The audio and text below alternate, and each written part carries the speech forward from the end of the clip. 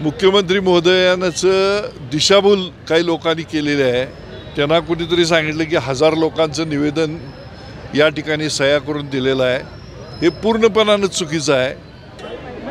आमच्या 4-4 पिढ्या यात खर्च झालेल्या आहेत। ही जमीन सपाटीकरण करून या जमिनी जर आमच्याकडे राहिल्या नाहीत आणि त्यामुळं हा रस्ता आमच्या कागल तालुक्यातनं व महाराष्ट्रातून होऊ नये अशी आमची भूमिका आहे।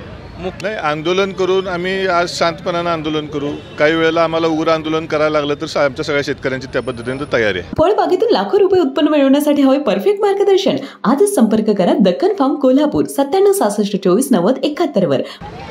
वारंवार शेतकऱ्यांचा विरोध होतोय, मात्र तरी देखील शक्तीपीठ होणार असं म्हटलं जातंय। काय नेमकी भूमिका आहे, काय मार्ग निघणार आहे? बघा, शेतकऱ्यांचा विरोध पत्करून हे सरकार करणार नाही असं मुख्यमंत्र्यांची भूमिका आहे आणि आमची खात्री आहे की या ठिकाणी आमच्या बागायत जमिनी आहेत।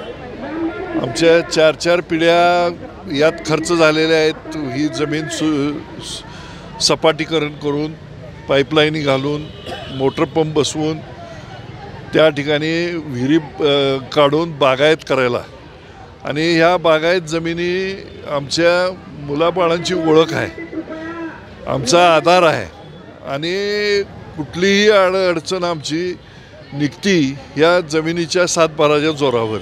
या जमिनी जर आमच्याकडे राहिल्या नाहीत तर या ठिकाणी म्हणजे आमचं खूप मोठं नुकसान होईल शेतकऱ्यांचं आणि त्यामुळं हा रस्ता आमच्या कागल तालुक्यातनं व महाराष्ट्रातून होऊ नये अशी आमची भूमिका आहे। मुख्यमंत्री याबद्दल आग्रही आहेत।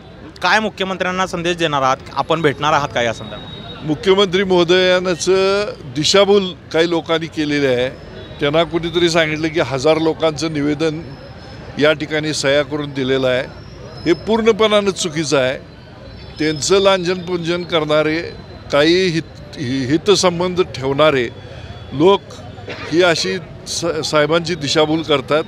ज्या वेळेला त्यांना वास्तव कळेल त्यावेळेला निश्चितपणानं ते विचार करतील। चौधलेले आहेत, काय नेमकी मागणी असणार आहे? काय ईश्वरी पुढे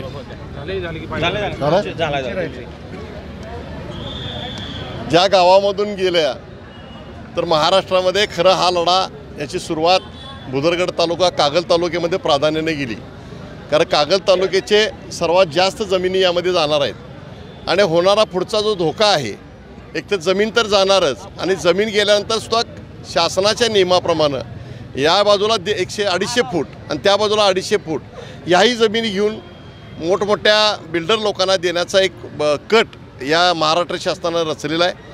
त्यामुळे या सर्व बाधित गावातील शेतकरी आज जमा झालेले आहेत आणि आज हरकती देतात आणि त्याच्यामध्ये कागल तालुक्यामध्ये जो आज सुरुवात आहे, म्हणजे मुंबईच्या मोर्चानंतर एक कृती कार्यक्रम ठरला होता की प्रत्येक तालुक्यामध्ये वेगवेगळ्या तहसीलदार कचेरीवर मोर्चे होतील। त्या पद्धतीनं आजचा आम्ही हा निषेध शासनाच्या विरुद्ध नोंदवत आहोत। काय नेमकं असणार आहे यापुढची दिशा?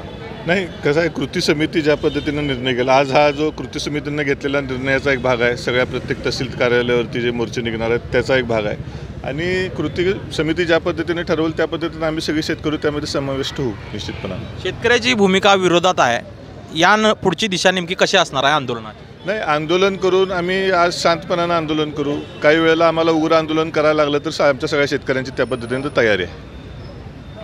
आपण पाहिलं असेल, शेतकऱ्याची भूमिका प्रसंगी आग्रही होईल, मात्र याला विरोध कायम राहणार असं म्हटलेलं आहे। यापुढचे अपडेट तुम्हाला देत राहू, पाहत राहा डिजिटल कोल्हापूर।